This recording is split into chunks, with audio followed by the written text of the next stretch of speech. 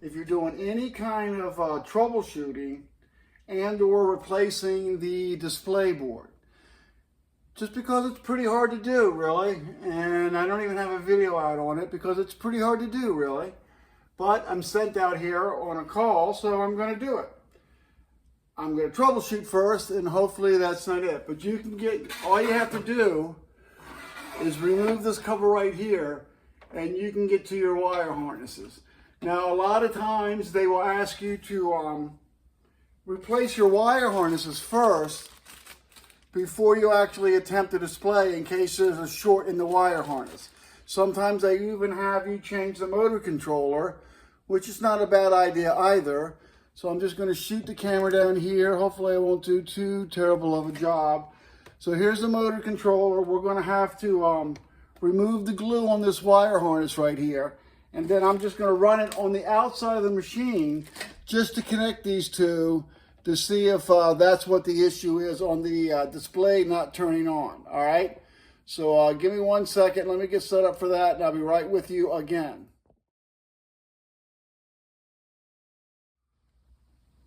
Okay, I'm back again.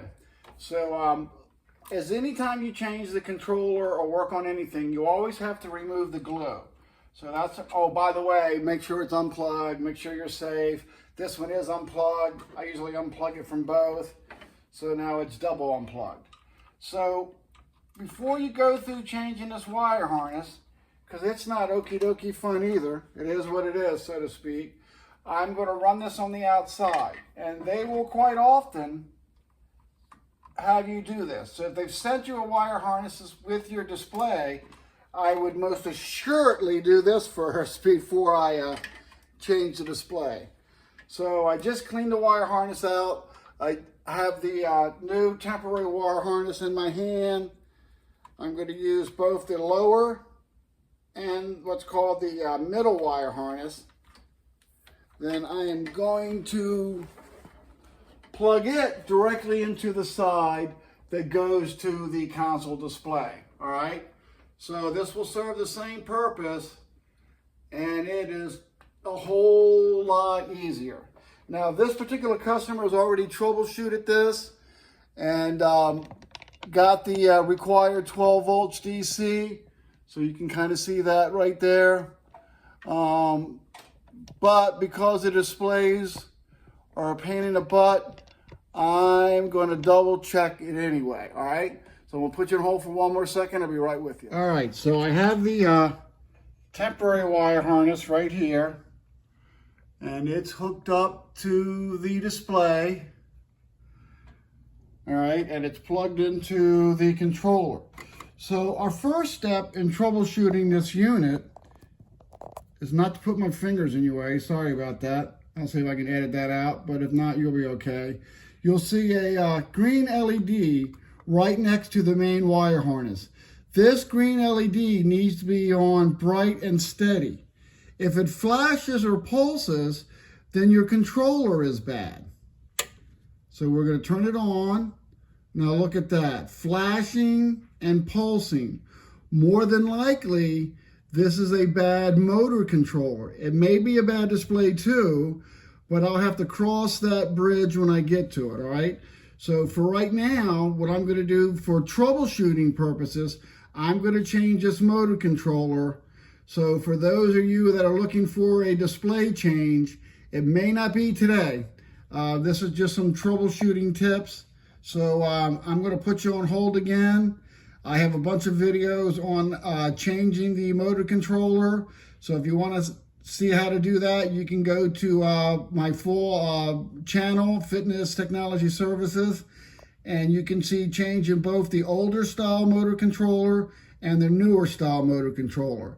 But in general, pulsing equals not good. All right, thanks a lot. Okay, I'm back again. I got the new wire harness installed, and I just don't have a videographer with me via my wife, but I don't have anybody to take this, so I'm doing the best I can. So you can see the green LED.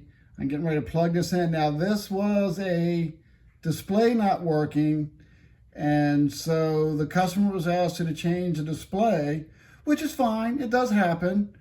but I'm just not volunteering for it. So I still got my temporary wire harness in, and I'm going to plug it in. Especially with that motor controller pulsating like that, I'm not comfortable with that. See that? Listen to that. So the display just came on.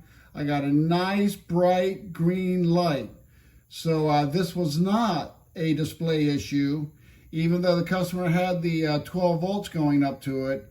That's not necessarily a guarantee of anything, as you can see. So this may be a good video for all of us to kind of go over, but that pulsing light on this motor controller is a sign of whether the motor controller is good or not. And also, when I took the motor wires off, let's see if we can get a good angle right there. They were slightly burnt. I guess you can't really see that. And that's a sign that it's been worked too hard. There you go.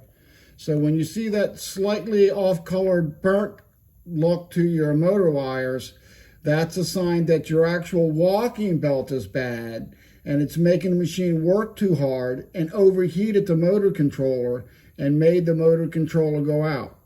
So for you guys that are waiting for my how to change a display board, well, I'm sorry, you're just going to have to wait a little longer. Maybe I'll do it in the shop. So I'm going to get the camera out of the way. But as you can see, once I change the controller, the display board comes on. I'm going to hit the word start. So there's our start. There's our countdown. And there we go. Okay? So everything is working. So I'm guessing not the display board. All right? Thanks a lot. When I'm forced to do a display board, I will do a video for that for you guys. Or maybe I'll do one in the shop. But I'm just a man of being practical. I can't do anything unless I can prove it first. All right, so this video is actually just troubleshooting whether or not you need to change your display board. And it's really based off of that pulsing light that I showed you earlier on the motor controller. All right, thanks a lot, and I'll see you next time.